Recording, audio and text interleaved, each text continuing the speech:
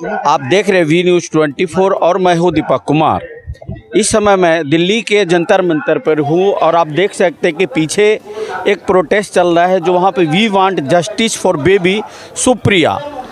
तो यहाँ पर शायद कोई बच्ची के साथ कुछ अप्रिय कुछ घटना घटा है और यहाँ पर लिखा हुआ कि we demand termination and prosecution of doctor Parth Parmar Safdarjung hospital.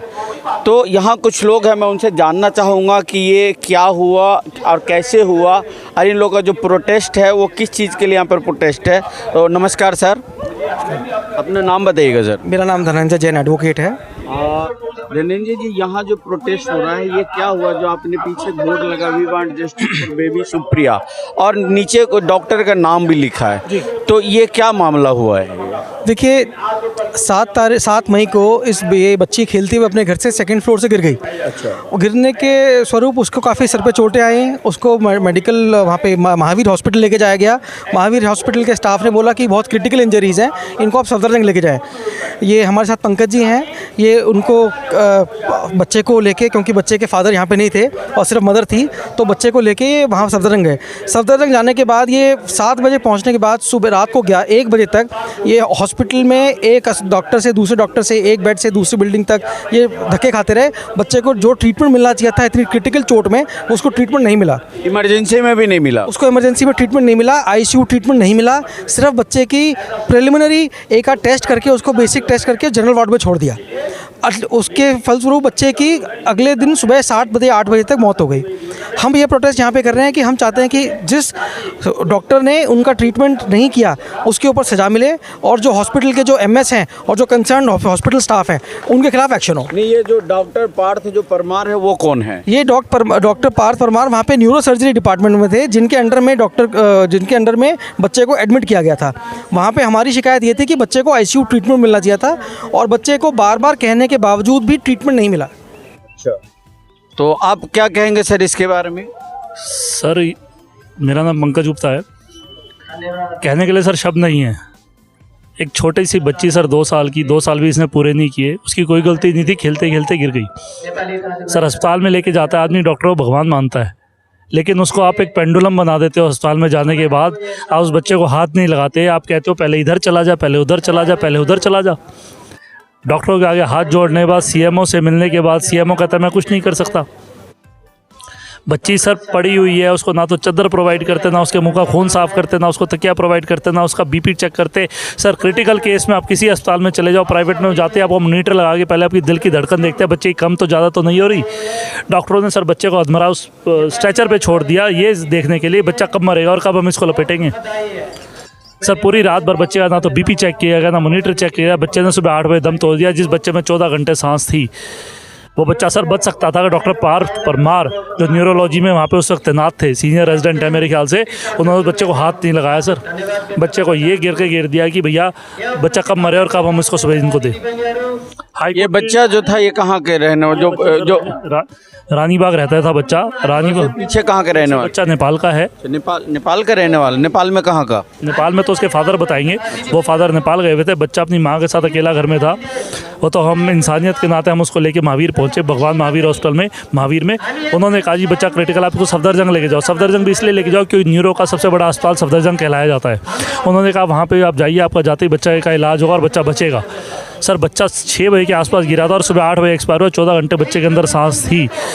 Mahavir वालों ने उसको ऑक्सीजन लगाई, एम्बुलेंस में ऑक्सीजन लगा के भेजा, बट वहाँ पे सफदरजंग हॉस्पिटल में उसको ऑक्सीजन नहीं लगाई गई। सर तो आपने ये सुना कि बहुत बड़ी एक जो डॉक्टर को पर जो आरोप लग रहा है, जो डॉक्टर जो पार्थ जो परमार नाम है जिनका, कह रहे कि उनके देख रेख में बच्चे को सही ट्रीटमेंट नहीं मिला, सही इलाज नहीं मिला। इनका कहना अगर सही ट्रीटमेंट और उसको इलाज मिलता तो बच्चा शायद वो बच सकता था। और ये जो बच्चा जो हमारे पड़ोसी देश नेपाल का है, तो मैं कोशिश करता हूँ जो उसके कोई फादर या कोई पेरेंट्स है तो मैं उनसे बात करने का। तो आप बताइएगा सर, क्या नाम हुआ आपका? जी एडवोकेट प्रेम छेत्री है मेरा। तो आप क्या कहेंगे इन चीज़ों के लिए? क्या इसमें कानून में कोई प्रावधान है कि ऐसे डॉक्टरों पे केस हो? क्योंकि जब आप देखते हो कि किसी तरह का डॉक्टर लापरवाही करता है और जब पेरेंट्स प्रोटेस्ट करते हैं, किसी तरह का हंगामा करते हैं, तो ये लोग हड़ताल पर चले जाते हैं। तो ये कहाँ तक कानून में क्या ऐसा कोई प्रावधान है क्या जो डॉक्टरों पे केस हो? जी बिल्कुल, अगर रैश एंड नेग्लिजेंस अगर डॉक्टर के तरफ से होता है तो उसमें जो है कि आईपीसी के धारा में जो है हम इसको प्रोसिक्यूट कर सकते हैं, पनिश भी कर सकते हैं। क्या धारा लगेगा? ये तो डेथ केस है, इसलिए इसमें हम तो 304 भी कहेंगे हम, ठीक है ना। क्योंकि अगर आप देखें इस केस का टोटलिटी देखेंगे तो डॉक्टर न्यूरोसर्जन था, उसके पास ले जाने के बाद जब भगवान महावीर हॉस्पिटल से ट्रांसफ़र किया था, क्रिटिकल सिचुएशन में ट्रांसफ़र किया गया था, तो उसको एटलीस्ट आईसीयू में भर्ती करना चाहिए था। जब एक प्राइवेट हॉस्पिटल रेफ़र कर रहा है उसको नहीं किया गया, उसको जनरल वार्ड में रखा और उसने देखा तक नहीं उस डॉक्टर ने। जब उसको एक केस हैंड ओवर करा गया तो उसका प्राइमरी ड्यूटी था कि उसको पहले प्राइमरी ट्रीटमेंट देता, आईसीयू में भर्ती करता, ऑक्सीजन वगैरह देता। वो बच्ची 7 घंटे तक लड़ती रही अपने उसमें और उस डॉक्टर ने आके देखा तक नहीं। इसका मतलब उसका नेग्लिजेंट है और विलफुल मिसकंडक्ट है जी। इसको हम सिंपली नेग्लिजेंट, अगर अनदर वर्ड में कहते ये उसका मर्डर ही है। तो कंप्लेन क्या किया इन लोगों ने पुलिस में? हमने जो है सबसे पहले तो जो है पुलिस में कंप्लेन किया, इसके खिलाफ उचित कानूनी कार्रवाई करी जाए, नंबर 1। दूसरा, कंप्लेन हो गया? कंप्लेन हमने कर दिया है और वो इनफैक्ट हमने उसी दिन, जिस दिन 7 तारीख को घटना घटी उसी दिन रानी बाग में भी कंप्लेन करी थी। उसके बाद जब इधर आया रानी बाग में तो कंप्लेन नहीं करी थी, वहाँ हमने इनिशियल स्टेज पे दिया था। फिर हमने सफदरजंग हॉस्पिटल में जो पुलिस पोस्ट है वहाँ कंप्लेन करी। उसके बाद आज तक हम उस कंप्लेन पे, जैसे मैं स्वयं जो है मैं और धनंजय मिलकर इसको रीट पिटीशन में लेके जा रहे हैं और कानूनी कार्रवाई कर रहे हैं, उसको कोई सुनने वाला नहीं। फिर सुपरिटेंडेंट जो है वहाँ का हॉस्पिटल का वो तो सुनने को राजी नहीं, कोई एक्शन नहीं होता। मेडिकल काउंसिल में भी किए क्या? हाँ, हम लोग ने मेडिकल काउंसिल में एक कंप्लेन करी है, ठीक है। अब पीएमओ में करी है, हमने हेल्थ मिनिस्ट्री में करी है और उसके अलावा हमने जो जहाँ जहाँ तक हो सकता है इसको आगे लेके जाइए। हमारा अभी जस्ट घटना घटी, आज एक श्रद्धांजलि सभा है, उसके बाद हमें उसको बहुत लंबा लड़ाई करना है और उसके बाद एक हम गाइडलाइंस चाहते हैं गवर्नमेंट से कि एटलीस्ट जब कोई ऐसा क्रिटिकल सिचुएशन आता है तो डॉक्टर की भी अकाउंटेबिलिटी होती है, चाहे वो गवर्नमेंट डॉक्टर क्यों ना हो, उसकी अकाउंटेबिलिटी होनी चाहिए। ये उनका फादर है क्या बच्चे का? उनके फादर बोल।